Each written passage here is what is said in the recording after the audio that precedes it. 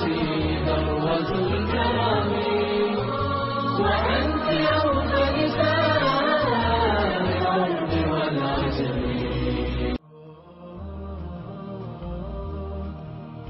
علی مرتضیٰ کی شہادت کے بعد حضرت ابو ایوب سیاسی ہنگاموں سے کنارہ کش ہو کر خانہ نشین ہو گئے، لیکن شوق جہاد ان کے دل میں ہر وقت چٹکیاں لیتا رہتا۔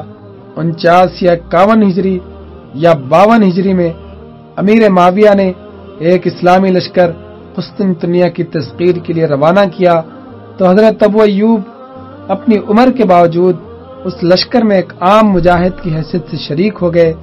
بعض مورخین کے بیان کے مطابق اس لشکر کی قیادت سفیان بن عوف کے سپرد تھی، لیکن اکثر مستند روایات میں ہے کہ اس لشکر کا امیر یزید بن معاویہ تھا۔ یزید تاریخ اسلام کی ایک بدنام ترین شخصیت ہے، اس لیے اس کی قیادت میں حضرت ابو ایوب انصاری اور بعض دوسرے جلیل القدر صحابہ کا کفار کے خلاف جہاد کرنا بعض لوگوں کے لیے حیران کن ہے، لیکن اس الجھن کا حل مشہور شیعہ عالم سید علی نقی صاحب اپنی تصنیف تذکرہ حفاظ شیعہ میں یوں پیش کرتے ہیں: کفار کے ساتھ جنگ کرنے کا آپ کو خاص شوق تھا، یہاں تک کہ اس سلسلے میں یزید بن معاویہ کی سپہ سالاری میں جنگ کرنے تک سے آپ نے گریز نہیں کیا۔ آپ کا اجتہادی خیال یہ تھا کہ کفار سے جہاد میں اگرچہ فاسق و فاجر کی ماتحتی میں ہو، سچی نیت سے شریک ہونا مذہب کی نصرت ہے۔ اس لیے روم کی جنگ میں جو معاویہ کے حکم سے یزید کی ماتحتی میں افواج روانہ کی گئی تھی، ان میں ابو ایوب انصاری بھی موجود تھے۔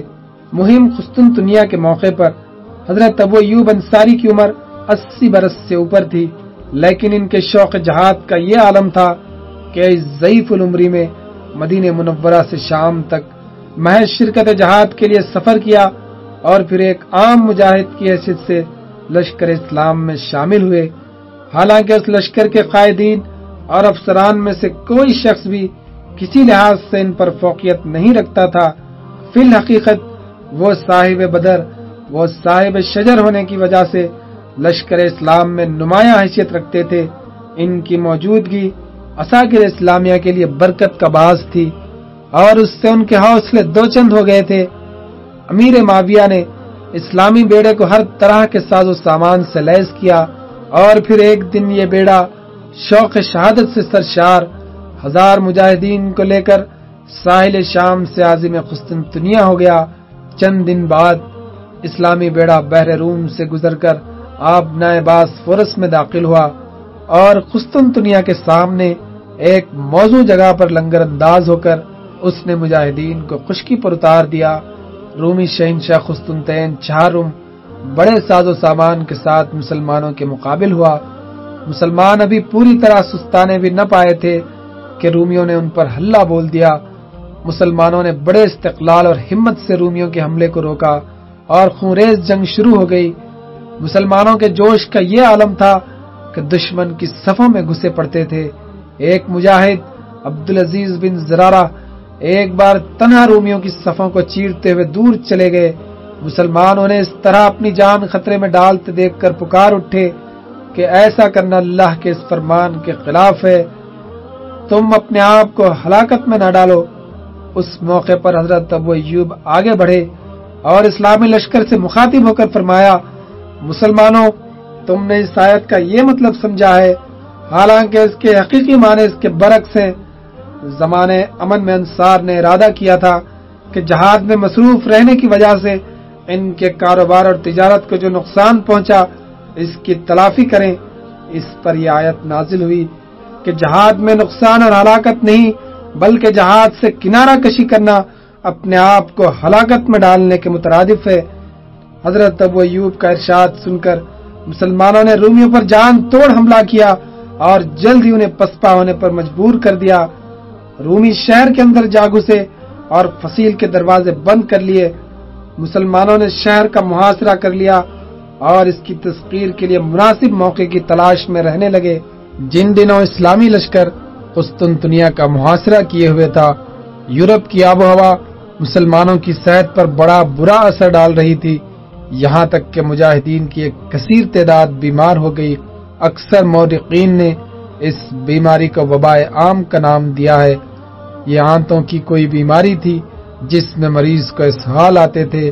بہت سے مجاہدین اس بیماری سے جانبر نہ ہو سکے۔ حضرت ابو ایوب انصاری بھی اس موقع پر سخت بیمار ہو گئے۔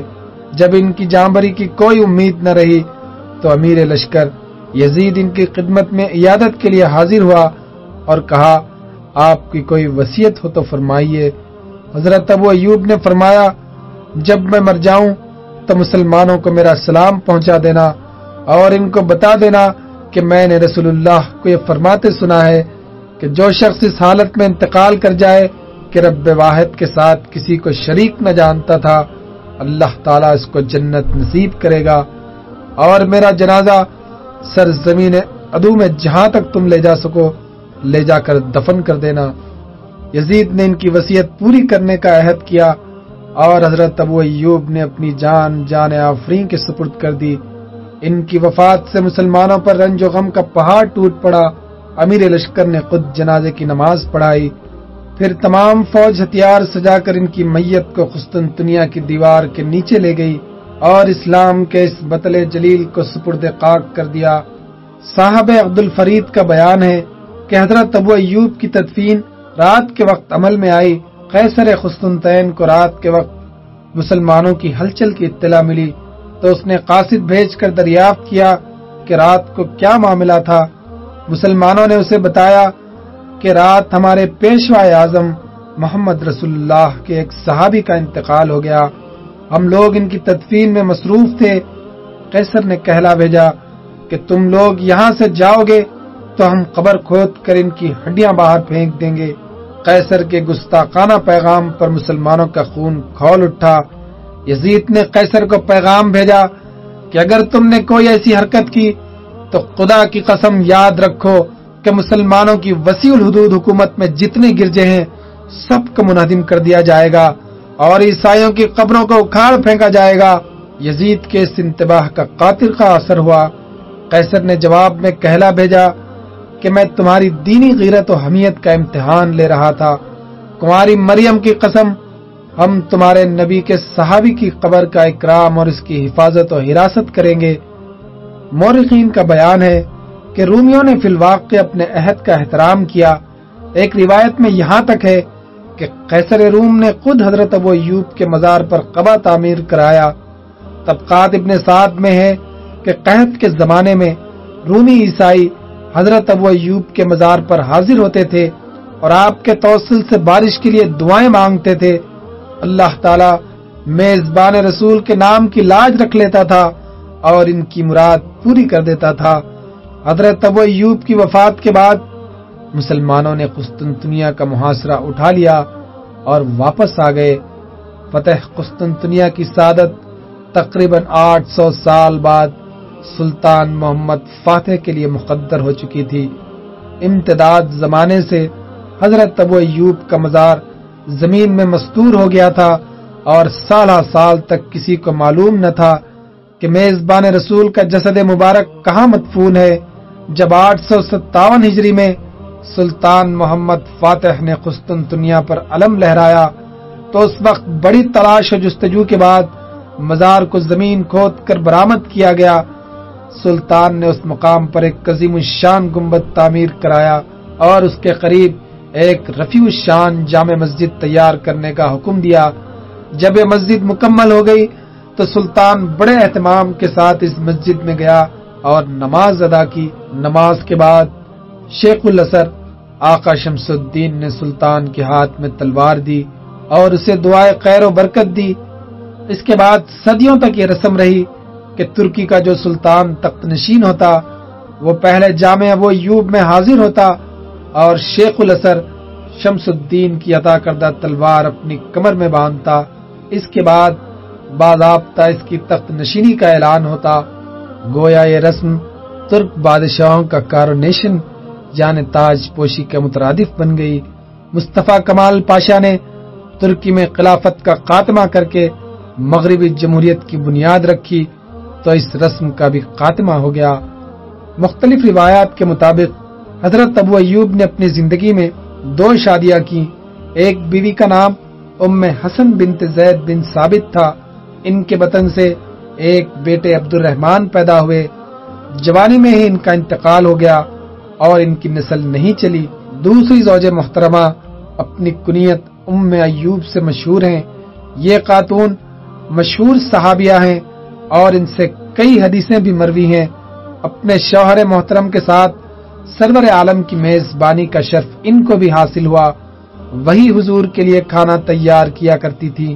ان کے بطن سے جو اولاد ہوئی اس میں سے ایوب، خالد اور محمد 3 بیٹوں اور ایک بیٹی عمرہ کے نام معلوم ہے۔ حضرت ابو ایوب کی اولاد کو اللہ تعالیٰ نے بڑی کثرت اور ترقی عطا فرمائی۔ دنیا تصوف کے نامور بزرگ شیخ الاسلام پیر ہرات خواجہ عبداللہ انصاری حضرت ابو ایوب ہی کی نسل سے تھے۔ ان کی اولاد سے 2 بزرگ حضرت یوسف انصاری اور حضرت علاء الدین انصاری ہندوستان تشریف لے آئے۔ ہندوستان اور پاکستان کے انصاریوں کے مورث اعلیٰ یہی بزرگ ہیں۔ حضرت ابو ایوب بنو نجار کے آسودہ حال لوگوں میں شمار ہوتے تھے۔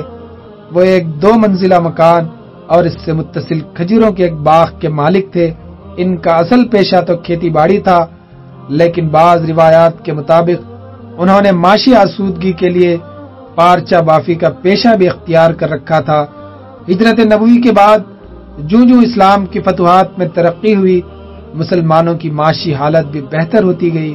حضرت ابو ایوب بھی پہلے سے آسودہ حال ہو گئے، اور قیاس غالب یہ ہے کہ انہوں نے ہجرت نبوی کے کچھ عرصے کے بعد پارچہ بافی کا پیشہ ترک کر دیا۔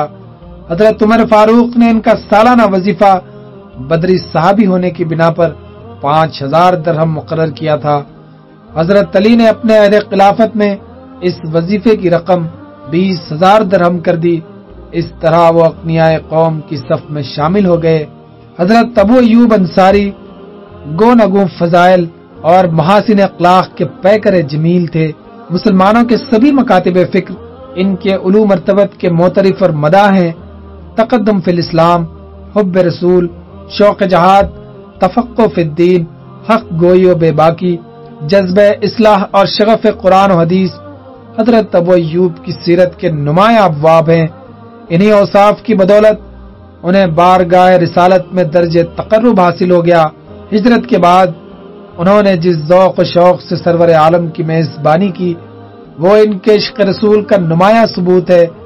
مسجد نبوی کی تعمیر کے بعد حضور اس متصلہ حجروں میں منتقل ہو گئے، لیکن ان کے بعد بھی حضور کبھی کبھی حضرت ابو ایوب کے گھر تشریف لے جاتے تھے۔ ایک دن سرور عالم واقعے کی حالت میں خانہ اقدس سے باہر نکلے۔ راستے میں حضرت ابوبکر صدیق اور حضرت عمر فاروق مل گئے۔ اتفاق سے وہ بھی اس دن فاقے سے تھے۔ حضور ان دونوں کو ساتھ لے کر حضرت ابو ایوب کے گھر رونق افروز ہوئے۔ اس وقت حضرت ابو ایوب اپنے کھجوروں کے باغ میں تھے اور گھر میں کھانے کی کوئی چیز موجود نہ تھی۔ حضرت ابو ایوب کی اہلیہ نے حضور کو اہلاً و سہلاً کہا۔ آپ نے پوچھا ابو ایوب کہاں ہیں؟ حضرت ابو ایوب کا باغ مکان کے بالکل قریب تھا۔ انہوں نے حضور کی آواز سنی تو کھجوروں کا ایک گچھا توڑ کر دوڑتے ہوئے گھر آئے اور ایک گچھا مہمان عزیز کی خدمت میں پیش کیا۔ اس کے ساتھ ہی ایک بکری ذبح کی، آدھے گوشت کا سالن پکوایا اور آدھے کے کباب بنوائے اور حضور کی خدمت میں کھانا پیش کیا۔ حضور نے ایک روٹی پر کچھ گوشت رکھ کر فرمایا، اسے فاطمہ کو بھیج دو، اس پر کئی دن کا فاقہ ہے۔ حضرت ابو ایوب نے تعمیل ارشاد کی اور حضور نے اپنے رفقا اکرام کے ساتھ مل کر کھانا کھایا۔ یہ پرتکلف کھانا کھاتے ہوئے آپ پر رقت طاری ہو گئی اور فرمایا، حق تعالیٰ نے فرمایا ہے کہ قیامت کے دن بندوں سے دنیاوی نعمتوں کے بارے میں پوچھا جائے گا۔ حضرت ابو ایوب نہ صرف ذات رسالت مآب کے عاشق صادق تھے، بلکہ وہ خاندان نبوت کے سبھی افراد سے بے حد محبت کرتے تھے۔ اسی بنا پر حضرت علی مرتضیٰ اور حضور کے دوسرے قریبی رشتہ داروں کی نظروں میں حضرت ابو ایوب کی بے حد قدر و منزلت تھی۔ جس زمانے میں حضرت عبداللہ بن عباس بصرہ کے گورنر تھے، حضرت ابو ایوب ان کی ملاقات کے لیے بصرہ تشریف لے گئے۔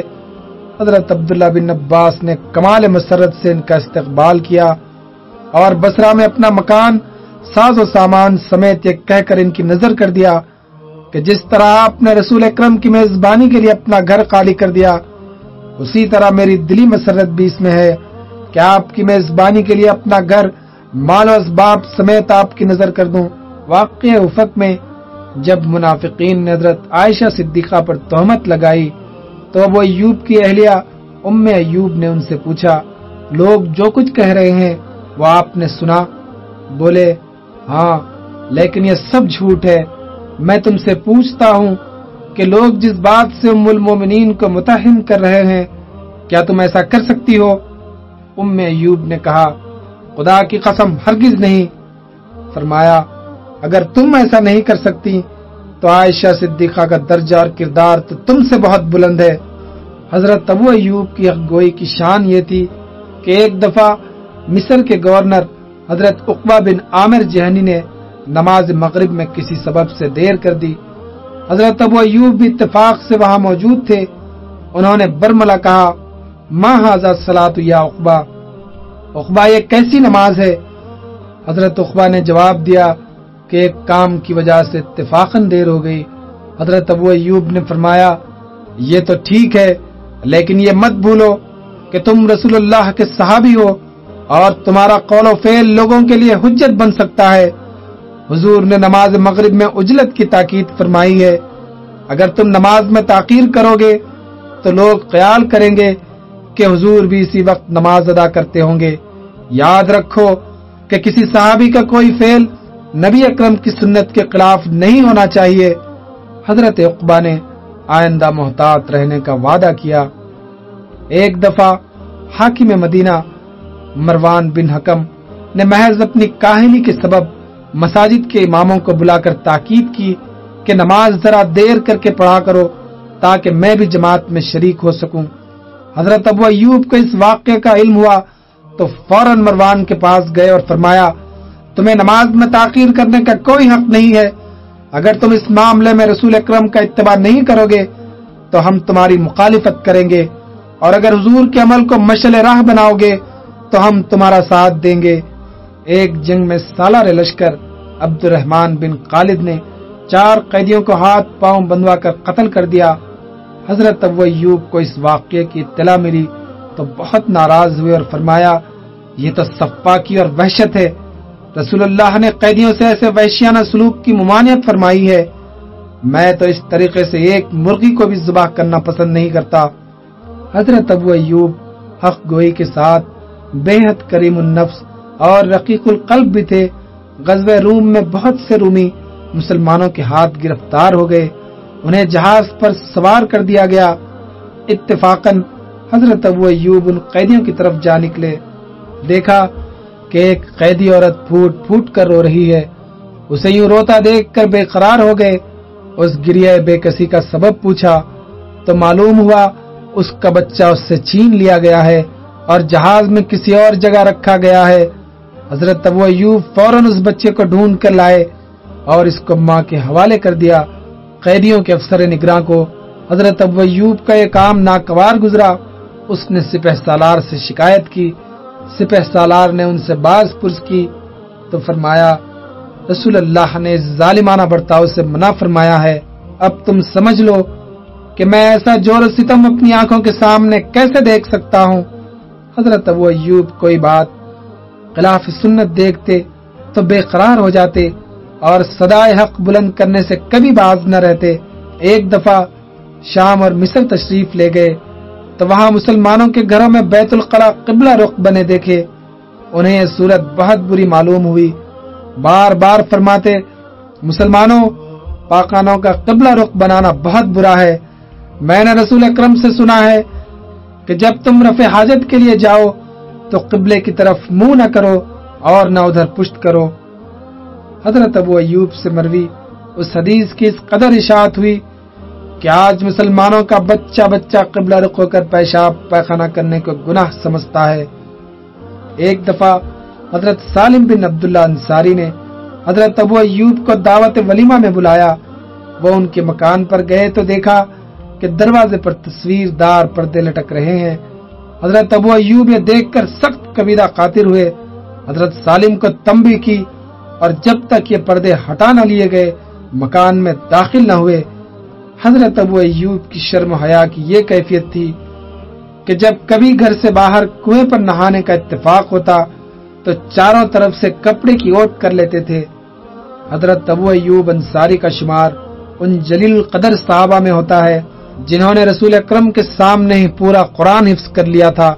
اس کے علاوہ وہ علم و فضل کے اعتبار سے ایک بڑے عالم تھے اور ایک دنیا ان کے کمالات علمی کی معترف تھی۔